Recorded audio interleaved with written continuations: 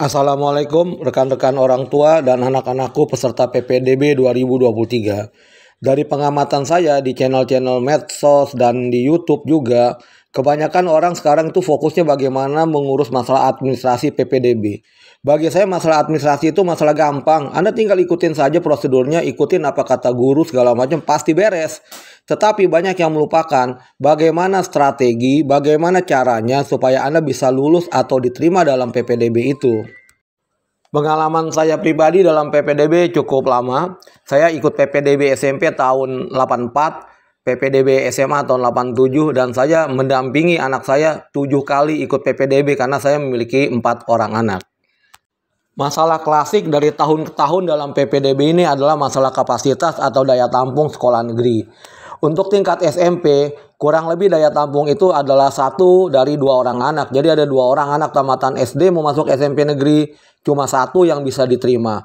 Untuk SMA lebih sedikit lagi. Dari 5 anak, cuma 1 yang bisa diterima. SMK 1 dari 9 anak. Jadi bagaimanapun peraturan dirubah, bagaimanapun ada kriteria tes yang begini, begitu, segala macam, selagi daya tampung masih seperti ini, tetap saja lebih banyak yang tidak diterima.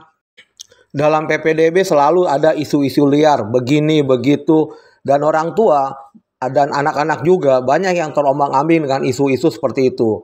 Memang karakter bangsa Indonesia malas membaca ya.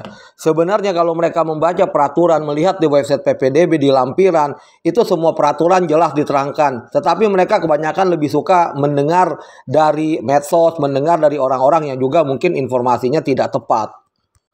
Persyaratan dasar yang utama adalah PPDB DKI hanya untuk anak-anak warga DKI yang terdaftar di Kartu Keluarga DKI selambat-lambatnya 1 Juni 2022. Peraturan ini baku, tidak bisa ditawar-tawar lagi untuk siapapun. Jadi mohon maaf untuk teman-teman, saudara-saudara yang tinggalnya di perbatasan DKI, Tangsel, misalnya Depok, tetapi KTP-nya atau kartu keluarga orang tuanya bukan DKI, tidak bisa ikut PPDB DKI.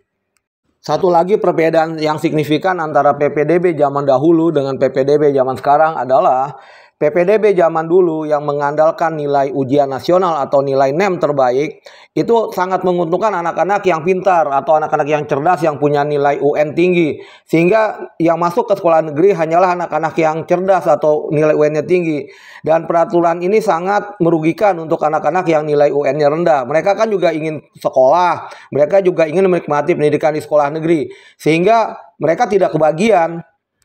Mulai tahun 2020 oleh Menteri Pendidikan Nadiem Makarim, ujian nasional dihapuskan. Karena memang ujian nasional itu akan menimbulkan ketimpangan. Akan kelihatan sekolah yang baik, sekolah yang anak-anaknya pintar-pintar, nilai UN-nya tinggi-tinggi. Kemudian sekolah lain yang nilainya rendah-rendah. Itu kan tidak baik.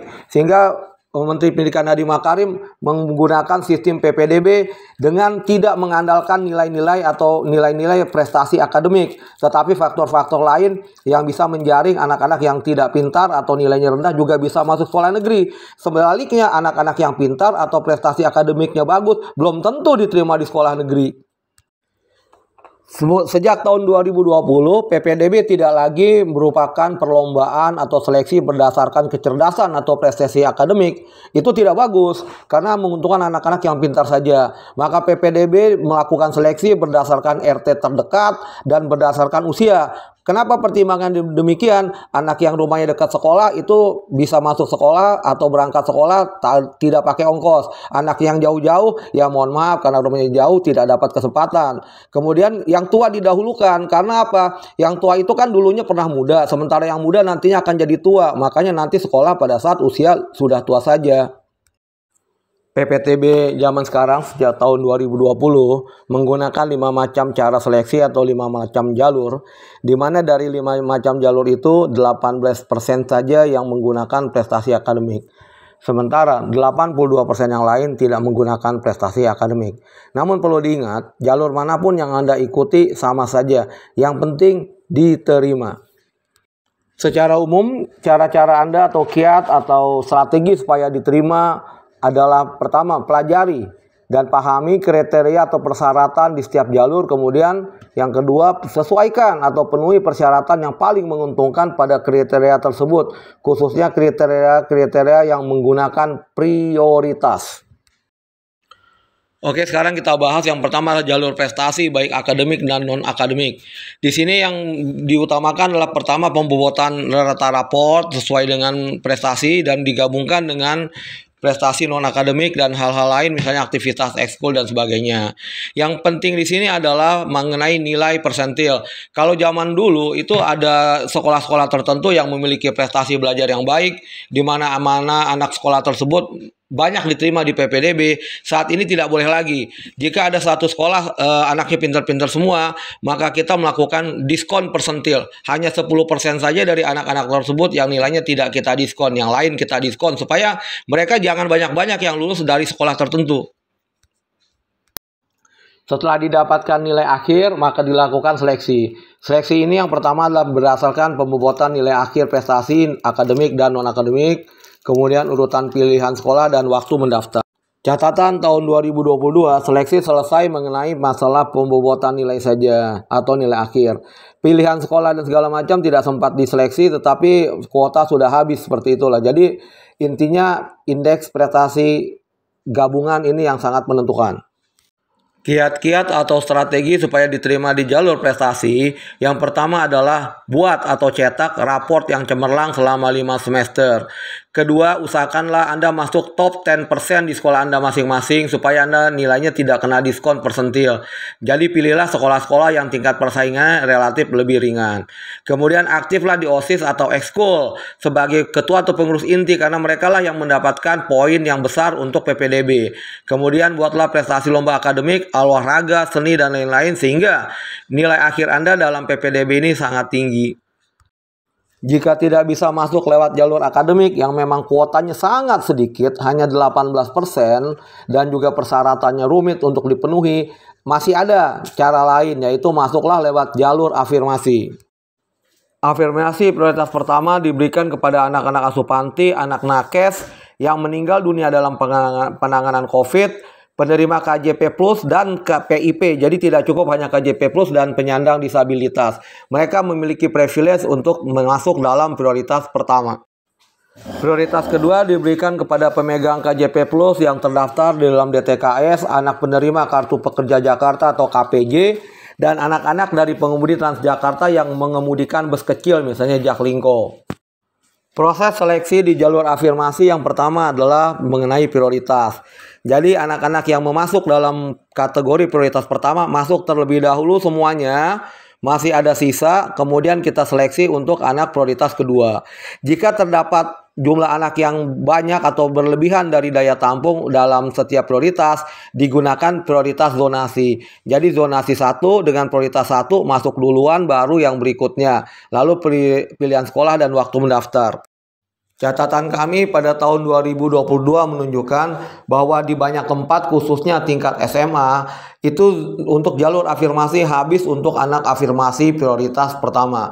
Anak afirmasi prioritas kedua di banyak tempat tidak ada yang diterima sama sekali.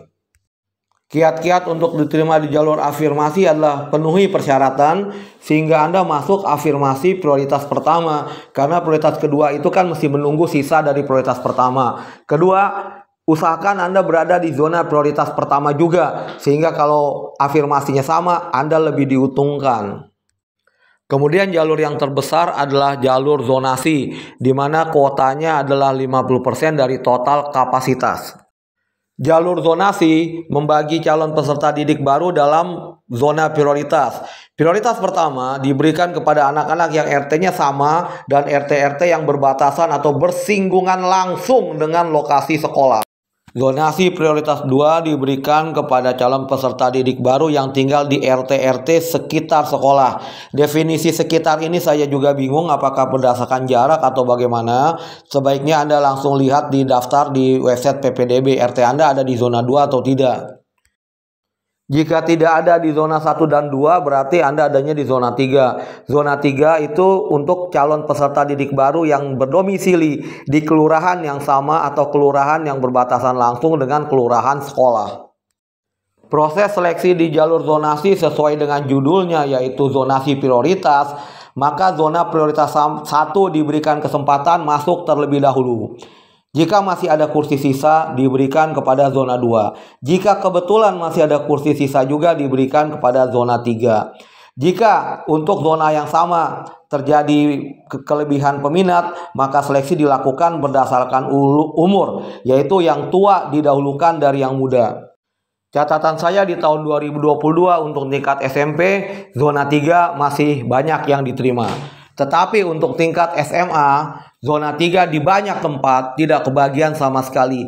Bahkan di zona 2 pun hanya yang tua saja yang bisa diterima. Sementara zona 1 Anda beruntung, tidak usah belajar susah-susah, tidak usah menjaga kelakuan segala macam. Hak Anda untuk masuk sekolah negeri lebih tinggi daripada teman-teman di zona 2 dan zona 3. Kiat untuk diterima di jalur zonasi tidak perlu dengan belajar susah-susah, tidak perlu repot-repot ya. Usahakan sajalah Anda masuk ke zona prioritas pertama. Entah gimana caranya, usahakan Anda di zona prioritas pertama, maka Anda pasti diterima. Kiat diterima di jalur zonasi yang pertama adalah karena prioritas adalah zona 1. Usahakanlah Anda ikut di zona 1 ya. Pindahkanlah kartu keluarga Anda menjadi zona 1 sehingga Anda pasti diterima. Untuk yang berada di zona 2, kemungkinan Anda bisa diterima jika umurnya tua. Maka sebaiknya ikut PPDB dalam usia yang tua. Tunggu saja 1-2 tahun baru ikut PPDB. Untuk ada yang berada di zona 3, apapun yang Anda lakukan, mau belajar susah-susah segala macam, karena Anda di zona 3, Anda hanya bisa menunggu. Syukur-syukur masih ada sisa. Kalaupun ada sisa, hanya untuk yang tua.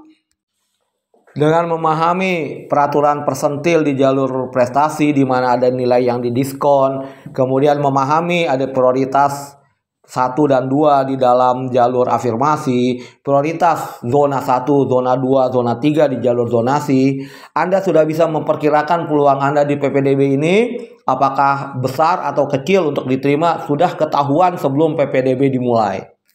Terima kasih sudah menyaksikan channel ini. Selamat mengikuti PPDB. Semoga puas dengan hasilnya.